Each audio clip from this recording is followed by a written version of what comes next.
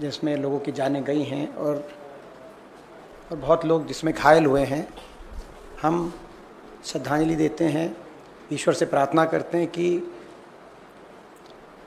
दिवंगत आत्माओं को अपने परम चरणों में स्थान दे, उन परिवारों को इस दुख की घड़ी का सामना करने की शक्ति दे और सभी जो घायल हुए हैं उनके हम स्वास्थ्य लाभ की ईश्वर से प्रार्थना करते हैं। पिछले 10 वर्षों में रेल दुर्घटनाओं में जो वृद्धि हुई है वो स्पष्ट रूप से केंद्रीय सरकार के कुप्रबंधन का और उपेक्षा का, रेलवे के मामले में उपेक्षा का नतीजा दिखाई दे रहा है, जिसके वजह से आए दिन यात्रियों के जान माल का नुकसान हमारे देश में हो रहा है। आज की दुर्घटना इसी वास्तविकता का एक उदाहरण है। एक जिम्मेदार विपक्ष के रूप में हम इस भयावह नज़रअंदाजी पर सवाल उठाते रहेंगे और संसद में भी सरकार से जवाब मांगेंगे। इसके साथ साथ जो हमारे राष्ट्रीय अध्यक्ष मल्लिकार्जुन खड़गे और राहुल गांधी जी ने जैसा कि अपनी स्टेटमेंट में कांग्रेस के हमारे कार्यकर्ता उनसे ये अपील करी है उनसे कि अधिक से अधिक राहत कार्य में कांग्रेस के कार्यकर्ता अपना योगदान दें, ऐसा कांग्रेस पार्टी संकल्प लेती है। We will start with the main issue of the other issue of our press conference now.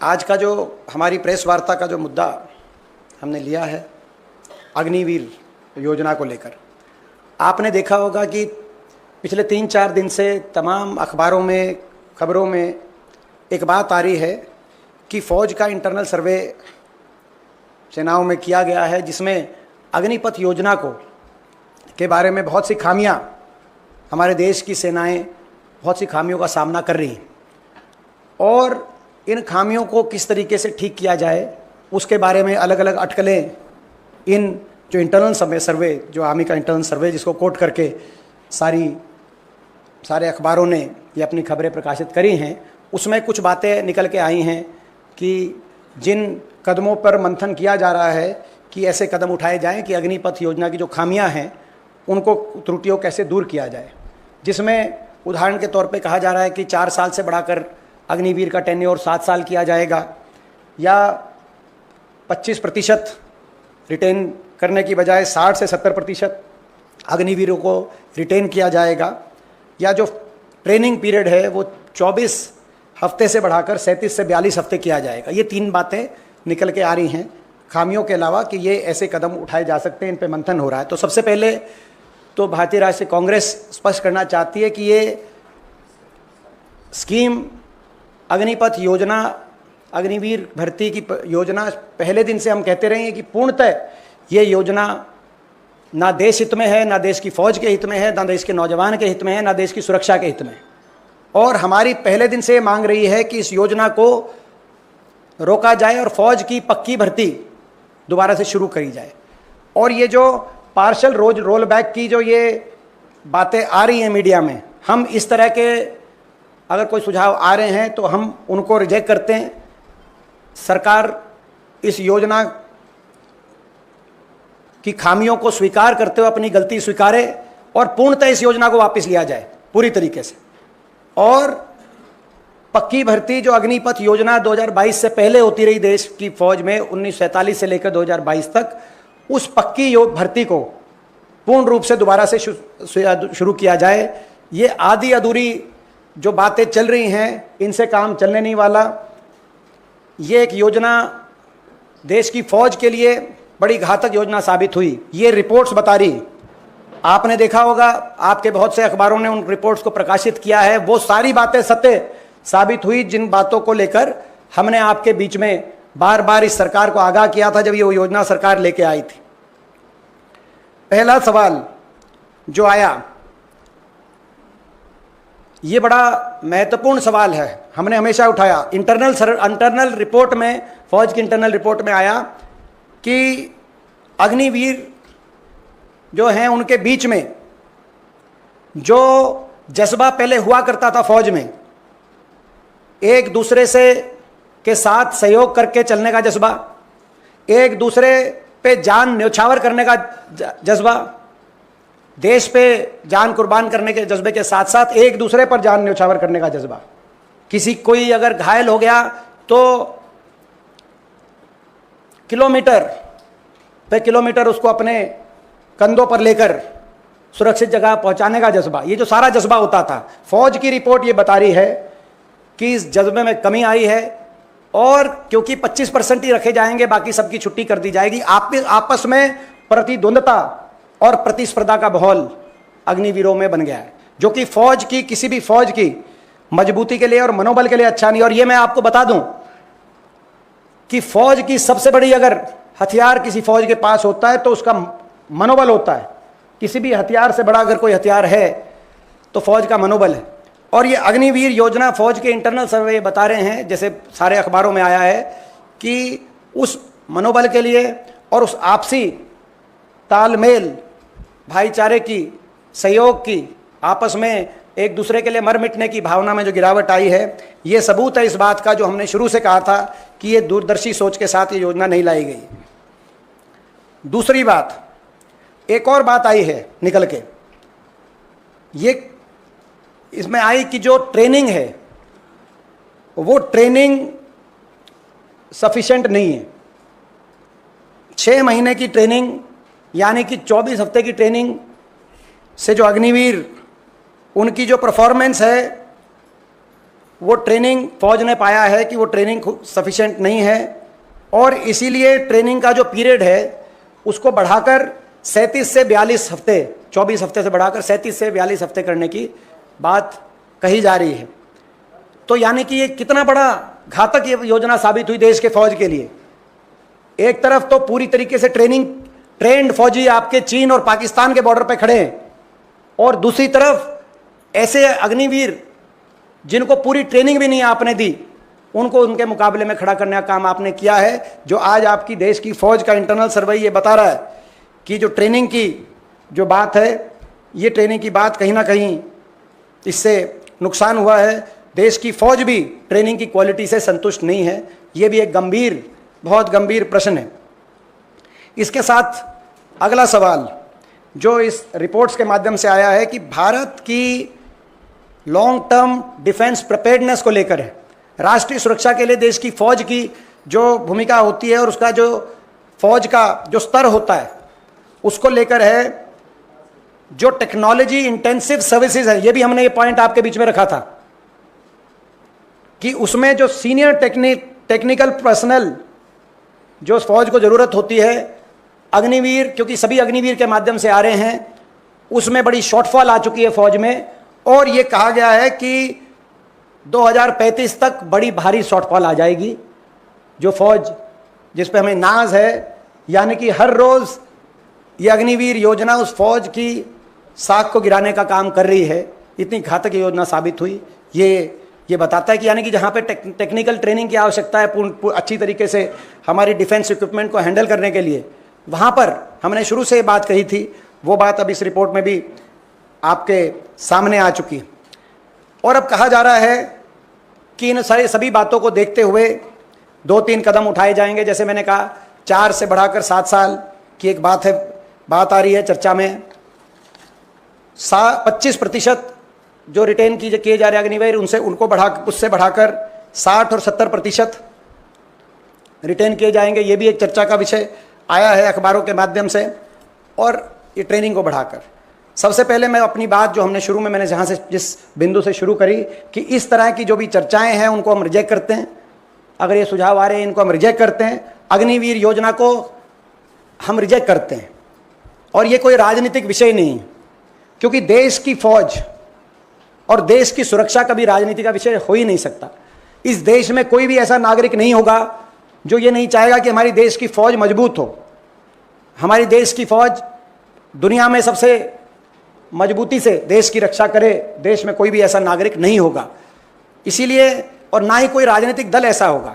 तो आज इस पूरी तरह स्कीम को स्क्रैप करके पक्की भर्ती को दोबारा से शुरू करे, ये हम मांग इस सरकार से करना चाहते हैं। और आपने देखा भी होगा, चुनावों के नतीजे भी ये दर्शाते हैं, जो राज्य, जो प्रदेश जहां से ज्यादातर हमारी देश की फौज आती है, चाहे वो उत्तर प्रदेश हो, चाहे वो हरियाणा हो, चाहे पंजाब हो, चाहे महाराष्ट्र हो और चाहे तमिलनाडु, ये ऐसे प्रदेश हैं जहां से हमारे देश, चाहे केरल हो, हमारे देश की फौज का बड़ा हिस्सा इन प्रदेशों से आता है। वहां पर आपने देखा होगा, लोगों ने भी, केवल देश की फौज ने इसको रिजेक्ट नहीं किया, देश के जनमानस ने भी इस स्कीम को रिजेक्ट करने का काम किया है। और ये हमारा सवाल भी है कि ये योजना ना तो देश की सुरक्षा के हित में पाई गई, ना देश के नौजवान के हित में पाई गई, और ना देश के हित में पाई गई। तो ये योजना लाई कैसे? और ना ही ये भाजपा के घोषणा पत्र में थी, ये कोई भारतीय जनता पार्टी या किसी पार्टी की के घोषणा पत्र में नहीं थी। और इसको, योजना को लागू करने की मांग भी देश में कोई नहीं कर रहा था, ना फौज कर रही थी, देश का कोई नौजवान कर रहा था, ना भारतीय जनता पार्टी के घोषणा पत्र में ये योजना थी, ना देश का कोई वर्ग कह रहा था अग्निपथ योजना लेके आओ। तो ऐसे में सवाल ये उठता है, ये भी आज आपके माध्यम से हम पूछना चाहते हैं सरकार से, कि सरकार ये बताए कि ऐसा घातक सुझाव किसके, ना सिर्फ इस योजना को वापस करे, लेकिन सरकार ये भी बताए किसके सुझाव पर ऐसी घातक योजना जो देश की फौज को के लिए नुकसानदायक साबित हुई, सरकार लेके आई। क्योंकि आपने देखा होगा, पहले भी सरकार ने ऐसे फैसले किए, बाद में पता चला कि किसी ने उसका सुझाव दिया था। आपने देखा होगा 3 कृषि कानून, बाद में पता चला किसी और जगह से सुझाव आया था, और आपने देखा होगा नोटबंदी सुझाव कहीं और से आया था। तो ये अग्निपथ योजना का सुझाव कहाँ से आया, ये भी सरकार सार्वजनिक करे कि जब घोषणा पत्र में नहीं था आपकी पार्टी के, फौज ने मांग नहीं करी थी, देश में किसी वर्ग ने कहीं से इसकी मांग नहीं उत्पन्न हुई थी, तो ये किसके कहने पे योजना ये लाई गई, ये भी सार्वजनिक किया जाए। हम मांग करते हैं, देश की फौज, हमारे देश का गौरव, एक ऐसी फौज जिस पर हम सबको गर्व है, और जिसने हमेशा देश के तिरंगे को ऊंचा रखने का काम किया है। देश की फौज वो फौज है, पक्की भर्ती से नियुक्त वो फौज, देश के 75 साल के इतिहास में उस फौज पर और फौज की भूमिका पर और फौज के शौर्य पे कोई प्रश्न चिन्ह नहीं लगाया जा सकता। 75 साल में सरकारें किसी भी पार्टी की रही होंगी, मगर तिरंगा हमेशा ऊंचा रहा है। चाहे 71 में इंदिरा जी के नेतृत्व वाली कांग्रेस पार्टी की सरकार के दौरान पाकिस्तान के 2 टुकड़े करके दुनिया के भूगोल को बदलने की बात रही हो, और चाहे 99 में उस समय चाहे एनडीए की सरकार थी, वाजपेयी जी प्रधानमंत्री थे, उस समय करगिल के चोटियों पर पाकिस्तान का शीश झुकाने की बात रही हो, देश की फौज ने, पक्की भर्ती से नियुक्त फौज ने हमेशा तिरंगे को ऊंचा रखा था। अब ऐसी क्या बात आई थी, कहां से सुझाव आया था, कौन सुझाव लेके आया कि ऐसी फौज जो हमेशा राजनीति से ऊपर रही, उस फौज की नियुक्ति की प्रक्रिया पे ऐसा घातक फैसला इस सरकार ने लिया, जिसके परिणाम वही आ रहे हैं जिनका आगाह हमने सरकार को किया था। ये हम सवाल पूछना चाहते हैं। इसमें एक दृष्टि है इसको लेकर, ये तो फौज का इंटरनल सर्वे है, फौज में जो खामियां देखी जा रही हैं, मगर दूसरी तरफ इसका दुष्परिणाम देश के नौजवान को जो भुगतना पड़ रहा है, वो एक अलग अपनी जगह है। सबसे पहले जो अग्निवीर हैं, और इसीलिए हम कह रहे हैं 60-70% का क्या है, जो 30-40% रह जाएंगे, क्या वो अपनी छाती पे गोली नहीं लेना चाहते देश के लिए, और क्या उनको शहीदी का दर्जा आप नहीं दिलवाएंगे? इसीलिए हमने कहा कि पूरी 100% पक्की भर्ती होनी चाहिए, 60-70% का कोई मायने नहीं। पहली बात। दूसरी बात, जो रुचि कम हुई है देश के नौजवान में भर्ती के प्रति, वो पूर्णतः सरकार की ये विफलता, इस नीति की विफलता है। देश के नौजवान में देशभक्ति की कमी नहीं है, लेकिन आज तमाम उन राज्यों में जहाँ से फौज आया करती, वहाँ के स्टेडियम गांव के खाली हो गए, सड़कें गांव की खाली हो गई। नहीं तो सुबह 4-5 बजे उठकर जो रेस दंड बैठक लगाने के लिए होड़ लगा करती थी हमारे नौजवान में, देशभक्ति की भावना से लेस कि अपने देश के लिए मैं बॉर्डर पे जाके देश के लिए लड़ूंगा। आज उन राज्यों में देश के बॉर्डर के लिए लड़ने की तो होड़ कम हो गई, और धमकी के रास्ते अमेरिका के बॉर्डर कूद कर अमेरिका जाकर हरियाणा जैसे प्रदेशों में ये स्थिति आ गई। आप अंदाजा लगाएं, हरियाणा में, मैं एक ही प्रदेश का उदाहरण दूंगा, हर साल 5,500 की पक्की भर्ती होती थी हमारे प्रदेश में, अब केवल 900 अग्निवीर लिए जा रहे हैं, जिसमें से 200 पक्के किए जाएंगे, 225, बाकी घर आ जाएंगे। हाँ, 5,500 की पक्की भर्ती, और कहाँ 225 पक्के किए जा रहे हैं। जहां देश के लिए अपनी जान कुर्बान करने का जहां जज्बा था जिस नौजवान में, आज वो अपनी जान की कुर्बानी की बाजी लगाकर डंकी के रास्ते पनमा के जंगल से होते हुए अमेरिका का बॉर्डर क्रॉस करने की वहां का नौजवान सोच रहा है। ये स्थिति ला दी इस सरकार ने। आपने देखा होगा कि एक रिपोर्ट भी आई हरियाणा के नौजवान को लेकर, जिसमें रिपोर्ट में कहा, इंडिया एम्प्लॉयमेंट रिपोर्ट 2024, जिसमें कहा कि 55% पढ़े लिखे नौजवान हरियाणा प्रदेश के, हरियाणा से बाहर रोज़गार का सपना लिए हुए बाहर जाने के प्रयास में है या जा चुके। तो ये स्थिति बन गई। इसके लिए जिम्मेदार तो इसका एक पहलू फौज की में जो खामियां हैं, जो इसका जो रिपोर्ट्स में है, और दूसरा पहलू हमारे नौजवान के अरमानों पे को जो चकनाचूर करने का काम किया गया, देश का नौजवान उसकी देशभक्ति की भावना पे जो चोट पहुंचाने का काम किया गया, दूसरा पहलू वो है। और इसका तीसरा पहलू और अंतिम पहलू, देश की फौज के प्रति जो देश की सरकार का रवैया रहा है जब से सरकार आई है, उस पर प्रश्न चिन्ह लग रहे हैं। अग्निवीर योजना बिना किसी चर्चा विचार विमर्श कर इतनी बड़ी देश की फौज, इसने दुनिया में आपका हमेशा गौरव बढ़ाया, उस फौज की प्रक्रिया बदल दी, कहीं कोई चर्चा नहीं। और इसी तरीके से आपने देखा होगा शपथ ग्रहण समारोह प्रधानमंत्री जी का और केंद्रीय मंत्रिमंडल का जो शपथ ग्रहण समारोह था, उस शपथ ग्रहण समारोह में आपने देखा होगा कि शायद ऐसा किसी देश, दुनिया के किसी देश में इस तरह से अपनी सेनाओं का इस तरह का अपमान कभी नहीं किया गया होगा कि 5वीं और 6ठी पंक्ति में सीडीएस को और तीनों सेनाओं के अध्यक्षों को वहां पे जगह मिली, जबकि अगली पंक्ति